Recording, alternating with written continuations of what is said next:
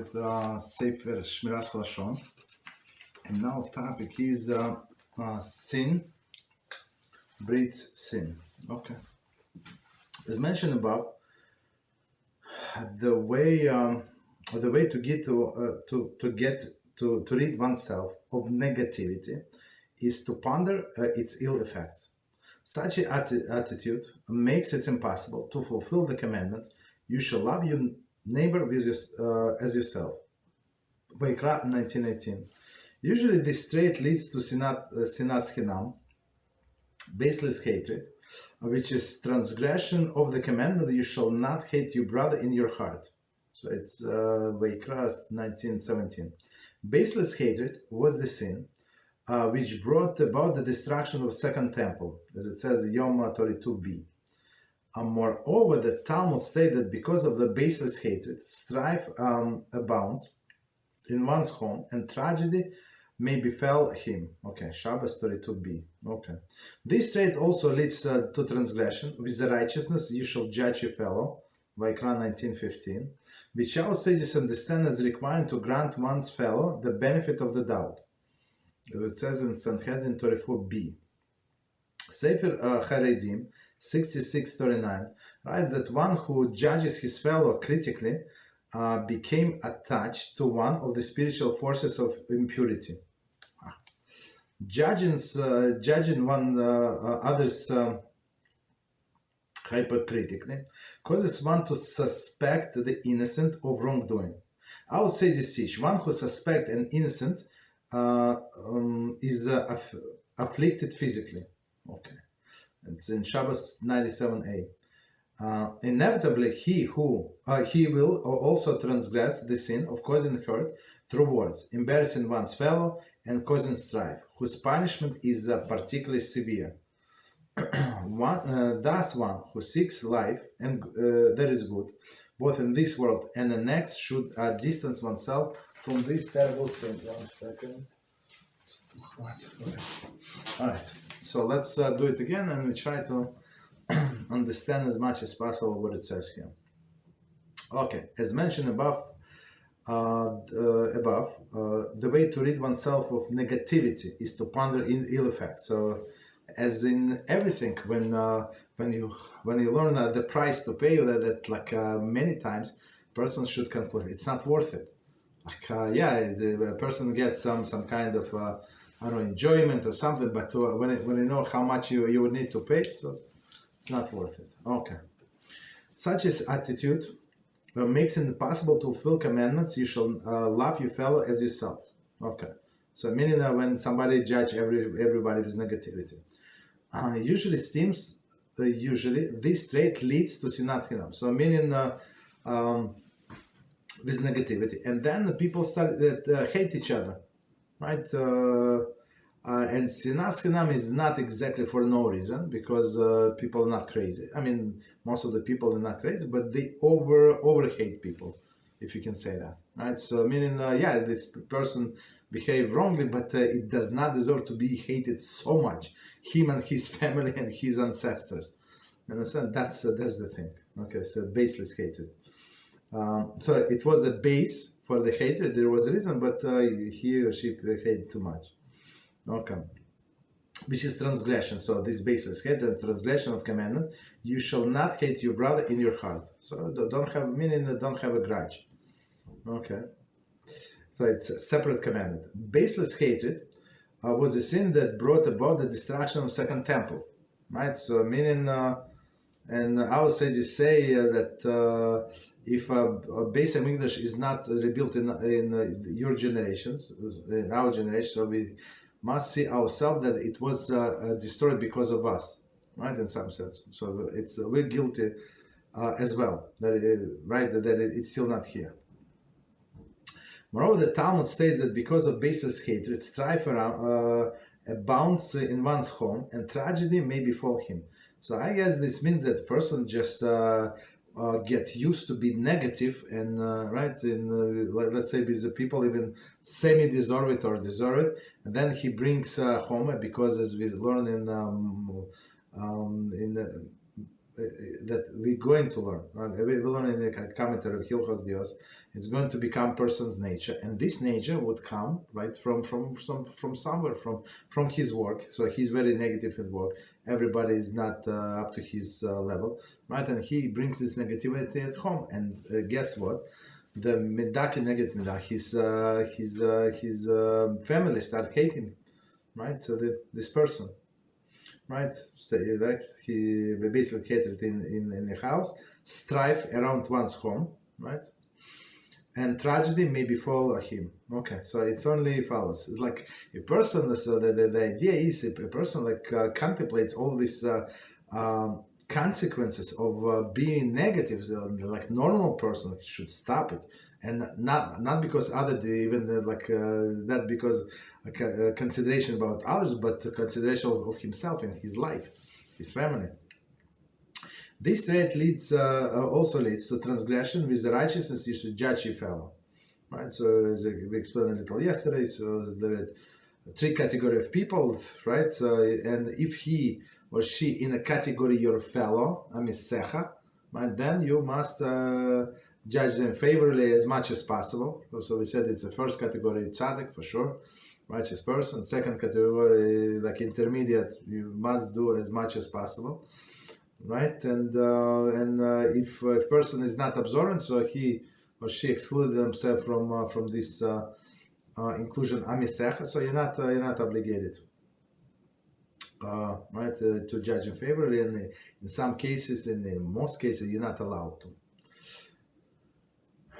Right, right. So this judges your fellows favorably, as those sages understood the requirement to grant one's fellow benefit of the doubt. Sefer Haredim writes that also judges his fellow critically, becomes attached to one as a spiritual forces of impurity. It's very interesting. So judges his fellow critically becomes attached to one of the spiritual forces of impurity, whatever it means, right? But okay, judging others hypocritically causes one to suspect innocent of wrongdoing, right? That's the worst one, when somebody is innocent and you don't give somebody does not give the benefit of the doubt, so meaning that he suspects innocent person. And judges innocent person, our sages are obligated, the judges, right, to do an investigation. So before you judge somebody, whether for good or for not good, you have to do investigation. So before determining if somebody is guilty, you have to judge him, right? You judge him in an investigation. Our sages teach one who suspects an innocent afflicted physically, so chas v'shalom, right? So just for suspicion, right? The persons who suspects innocent afflicted physically. Inevitably, he will be also transgress the sins causing hurt through the words. So he would insult that person through the words. So one of the prohibition. And another one, you should not insult a convert. Through the words. So if somebody insult a convert, it's double punishment. He transgressed or she transgressed 2 commandments. Embarrassing one's fellow and causing strife, whose punishment is particularly severe. Okay.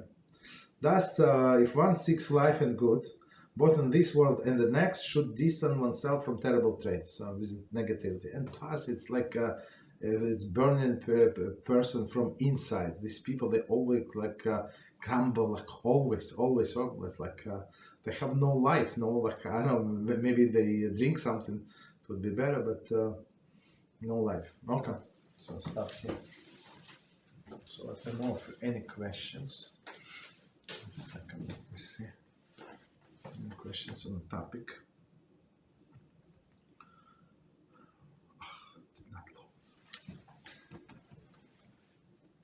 It's loading.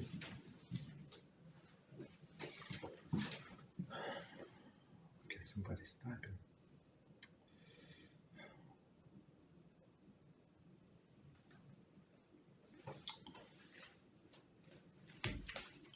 So let's see, whatever.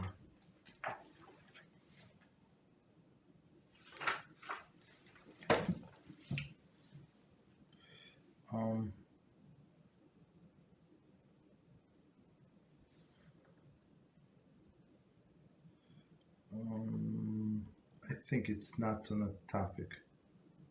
Okay, so one isn't topic. Okay, so one isn't topic. And it says, if one suspects an innocent and judge others unfavorably, innocent and judged others unfavorably without any actions or words, how can they do teshuva?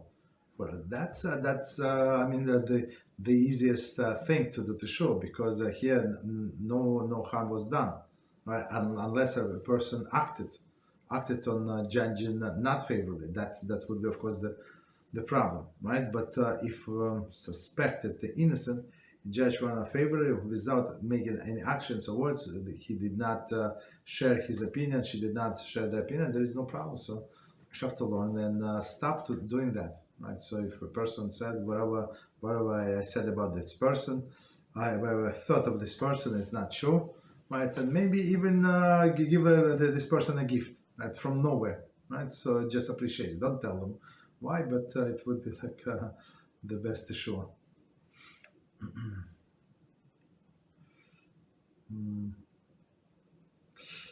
Okay, so next one. If one has to be especially careful with a convert, not to distress them, what is their suspicion they had a problem with a kosher conversion?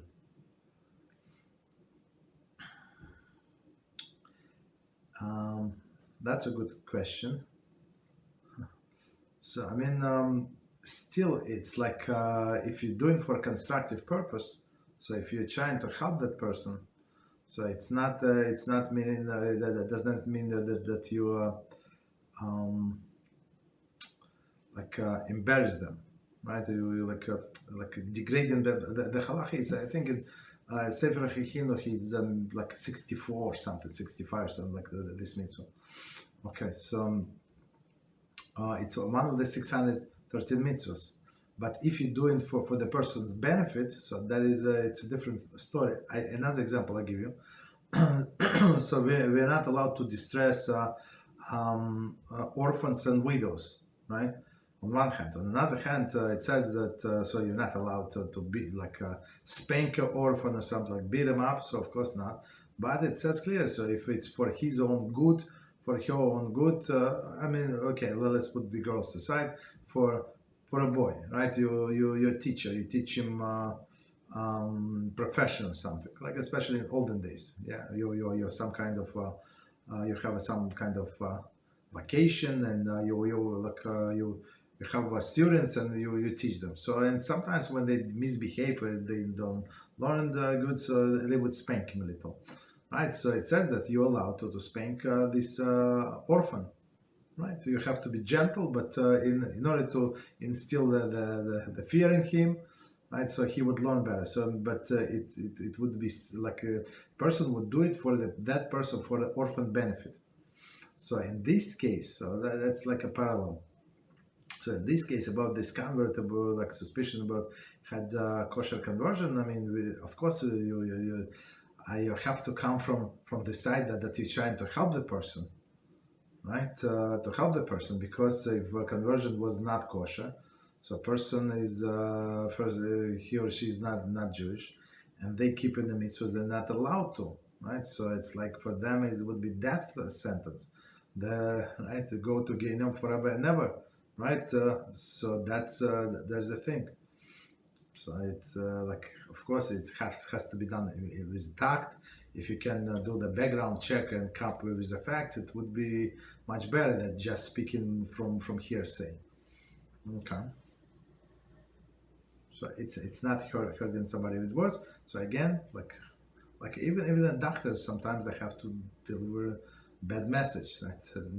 Negative report. But if you do it with a tact, that you sympathize with the person, you're on his or her side, you're trying to help. So I think people should understand it.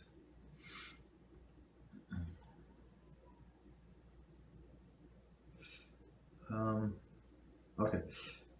Is it possible to rear God-fearing children without spanking and hitting them? It is possible. It is possible. It has been done in many cases, but it must be special environment, right? But on one hand, but on the other hand, the children should have some fear. Fear is good. Fear is the best tool, right? So if they don't fear the punishment, so maybe put them in a corner or something. they would not behave. Okay. So we can continue with our question. Okay, so the rest of the questions really for later on. Okay.